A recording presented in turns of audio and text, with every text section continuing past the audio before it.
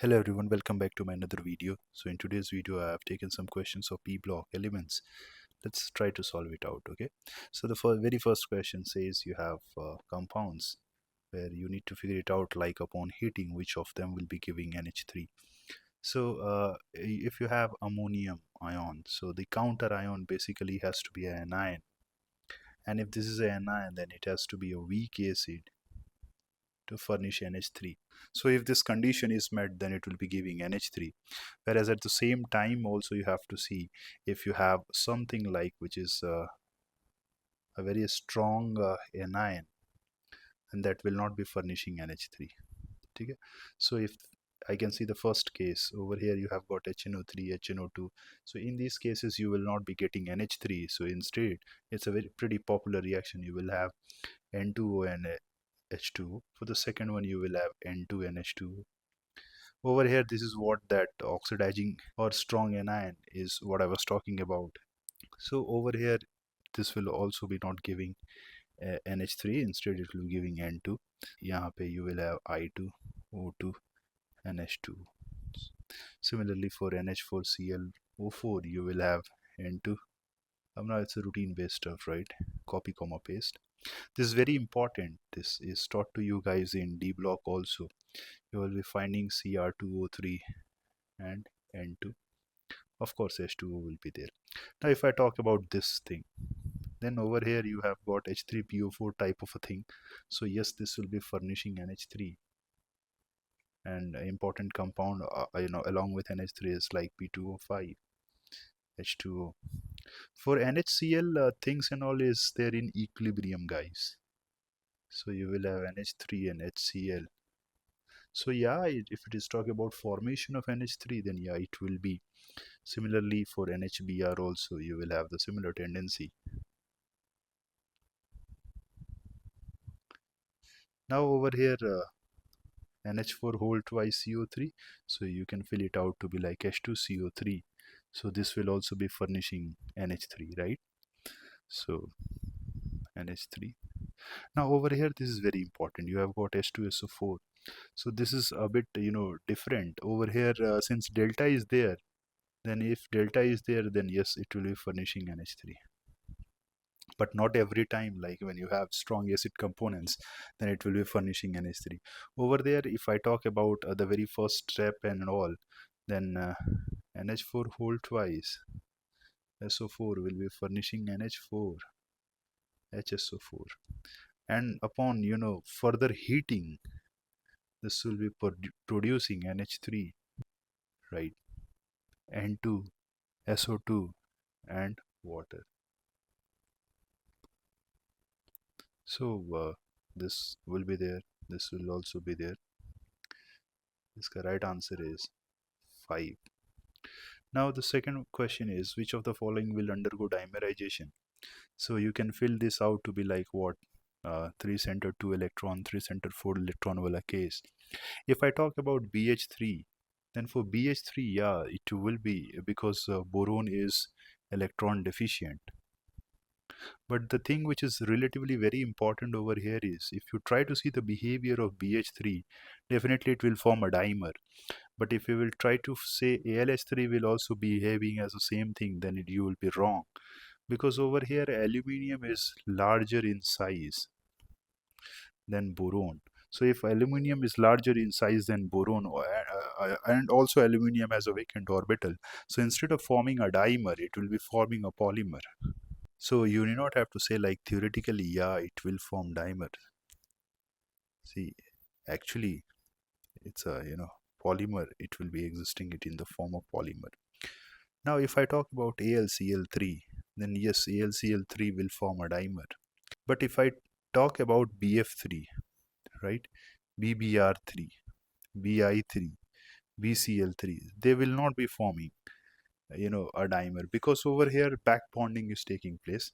So wheresoever there are cases like when back donation of electron is there, so at that time you don't have to consider the dimer formation. So BF3 will be ruled out, BBr3 also, BCl3 and Bi3. Now onto the similar basis, this, yes, it will form. This, yes, it will form Al. Br3 also will form. Whereas for AlF3, if you fill it out to be like it will be following the same pattern to that of AlI3 or AlBr3 or AlCl3, then you are wrong. Daraasal AlF3 is ionic, so it will be there in the form of lattice, hence it will not be dimerizing, you know. So these all points you just have to keep it in your mind all the time. Now the next one is, which of the following will undergo disproportionation? So when this type of question is coming into the exam, students will have that feeling ki the element and all which is already been given over here, what is the oxidation state of all these elements? If the oxidation state of all these elements are like below or max, then at that time there will not be having. So now if I talk about P4, the answer would be yes, it will be undergoing. Can you recall the reaction, right? It is there in NCERT also. P4 will be giving pH3 along with, you have to tell me the byproduct, right? Now for F2, you know that key F2 is over here is in zero oxidation state, and for fluorine you know that it will not be going anything other than like -1, so this will not be furnishing. For Cl2 and for Br2, you might have an idea from redox reactions also, like Cl2 will be giving Cl minus ClO3 minus H2O, right? Basic conditions. So onto the similar basis you can write it for Br2 also. So these two will be giving, same goes with P4 also. Whereas for SiO2 I talk about, then it is already in +4. Same goes with PbO2 also, +4. So this will also not be giving. Same, B2H6 will also be not undergoing disproportionation. ZNO I have discarded also. And for sulfur, if I have to write the reaction, and for sulfur again in basic medium will be giving you S-2 and SO3 -2. So this was important. And now the very important compound, that is like XeF6. You know that XeF6 will be furnishing, okay, Xe plus XeO6 4 minus. Of course, like upon hydrolysis, you'll be having this. And over here in this case, when you are doing that hydrolysis completely, if I have to write it over here, then the very first step is like XeF6 plus H2O will be furnishing XeO3 plus HF. And now when you have OH minus, so it will be furnishing HXeO4 minus. This is called as GNate ion, and this is very unstable. So it will be giving you Xe plus XeO6 4 minus plus O2. XeO6 4 minus is called as pergenate ion, right? So yeah, XeF6 will undergo disproportionation. Now the next part is BF3 is treated with excess of NaF, in acidic aqueous solution to give NaBF4. See, if you have NaF and you have acidic conditions, so you know that you will have F minus, and BF3 will try to take that F minus to form BF4 minus. So that's pretty possible. So this is correct, there is no issue. But the thing and all with respect to the second one, if you try to do it like that, then that's not completely correct. Instead, since aqueous is there, so hydrolysis of BCl3 will take place. And now you will have that feeling is, why I'm not considering the hydrolysis of BF3 then? See, you know that boron fluorine bond is strong. So at that time, if you think about the rate of hydrolysis and all, then it's very less compared to BCl3. So that you have to take it in your mind all the time. And BBr3 is treated with this, so you know that nitrogen will have lone pair. So over here what will happen, you will be getting a adduct. Okay, if I have to write, you can fill it out to be like this, and now because of that nitrogen will have plus, and you know that it will be taking a or kicking out hydrogen, and Br will also be out. So that step has to be done twice. So many a student used to mistake that, and because of that they feel it out to be like it is some sort of BBr3 NH CH3 whole twice, and because of that they are marking it, this to be wrong. But you have to consider that substitution wala thing also, and when you do consider it, you'll be finding C also to be correct, and Bombay was correct only. Now for the last one, when you have B2H6 treated with BH2, the product form is BH4 2. See, you know that B2H6 is a source of like what, BH4 minus, and now you have BH2. So basically you will have beryllium plus 2. It's you know that beryllium is small and B plus 2 is highly polarizing in nature, so that will having the tendency to take the hydride rich species, which is BH4. Of course over here, if this is like plus 2, so you have to take 2 moles of boron hydride, so it will be like B plus 2 plus BH4 minus will be giving BH4 whole twice. So this is also correct. Now the next question is, which of the following statements are correct? So basically in this case you have got O2F2 and you have got H2O2. See, both of them are having similar kind of structure, and that structure you are knowing that it is like book shaped structure, you know. But the fact and all, if you go and check with respect to O2F2 and H2O2, then inside O2F2, this oxygen-oxygen bond, if I talk about the bond length and all, then this is like 1.22 angstrom, and this bond is like it is 1.48 angstrom. Okay. It's only because of like fluorine being what, more electronegative, will try to take the shared electron pair towards itself, so you can feel this out to be like some sort of F minus will be there, and now this oxygen will have a plus, and you know that you have oxygen next to that also, so this plus will be out, and then you will have this plus which will be coming.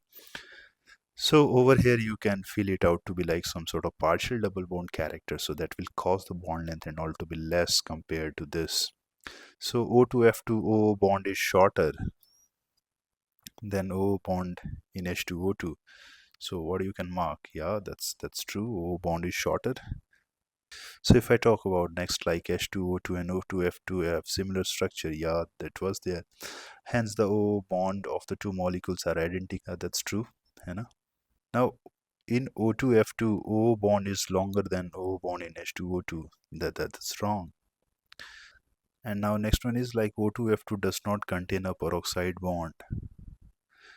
See, this is wrong. It contains a peroxide bond, right? So this you have to keep it in your mind. Now next is with respect to the hydrolysis of P4O10. See, if I talk about P4O10 hydrolysis, then first of all the structure and all of P4O10 would be like you will have PUP linkage,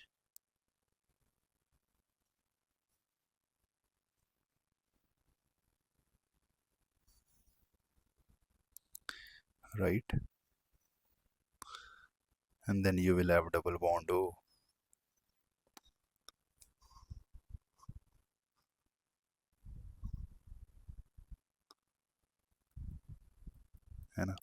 So when you are doing the hydrolysis and all, what's more important over here is you have to break the bonds. Okay, so I'm breaking this bond, and hydrolysis, you know that HOH, oxygen being more electronegative, so when you are breaking this bond, this oxygen will have hydrogen and this phosphorus will have OH, right? Similarly, the second phosphorus oxygen bond, when you will break, then this oxygen will have hydrogen and this phosphorus will have OH. So if I have to write, so what I will write is like you will have P double bond O. So there will have OH, oxygen, oxygen, phosphorus, double bond O, OH, oxygen, phosphorus, double bond O, over here oxygen, and there will be a phosphorus, double bond O. Please have a look. I think over here OH is missing. So when you will find this as compound, its name is cyclic tetra polyphosphoric acid. Now next is you understand, like, you have to break again one phosphorus oxygen bond. So when you will break it, now this oxygen you will give hydrogen, and this phosphorus you will give OH, right? So if that would be the case, then what I have to write is, like, you will be getting P double bond O over here, OH, and then you will have oxygen, P double bond O, OH, oxygen, P double bond O, OH, again oxygen, P double bond O, OH, and OH, right? Makes sense. And this is like cyclic form is now been reduced, so you can call this as tetra polyphosphoric acid. And next, like, when you will do the hydrolysis, right, you can break this bond, or you can break this bond. So from there you will be getting H3PO4, right? And along with that you will get P double bond O, OH, OH, oxygen, P double bond O, OH, then oxygen again, P double bond O, OH, and OH. And next step is, like, now again it's a routine based stuff. Again you have to break this. So the next acid that you will be getting, it will be called as pyrophosphoric acid, right? And when you will be doing that hydrolysis of that again, you will be getting what? H3PO4. And if I talk about the number of moles, then that is 2. So this is very, very important stepwise hydrolysis of P4O10. Okay. Next is, you need to find the number of PO bonds present in H3P3O9. Okay. So see, this is a classic case of a cyclic structure, and what's more important over here is the central metal atom. Okay, its number and all has to be 3 or more than 3, and the surrounding atoms and all, okay, their number of surrounding atoms is like greater than or equal to the number of central metal atom, and this is like applicable for all the surrounding atoms. So if that would be the case, then over here you know that if you have like 3 phosphorus, so now there will have POP linkage. So I have to just wipe this out. So there will have POP linkage,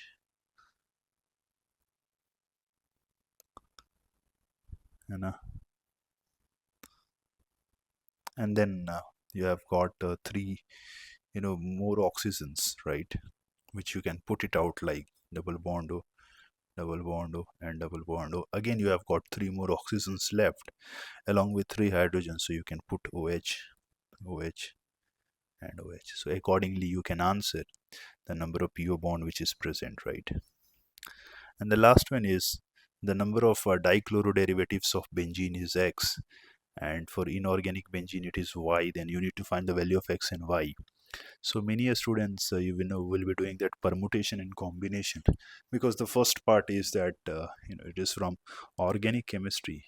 You know that if you have to put Cl, then it will be like ortho, meta, and para, है So if it is like ortho, para, meta, then it would be 3.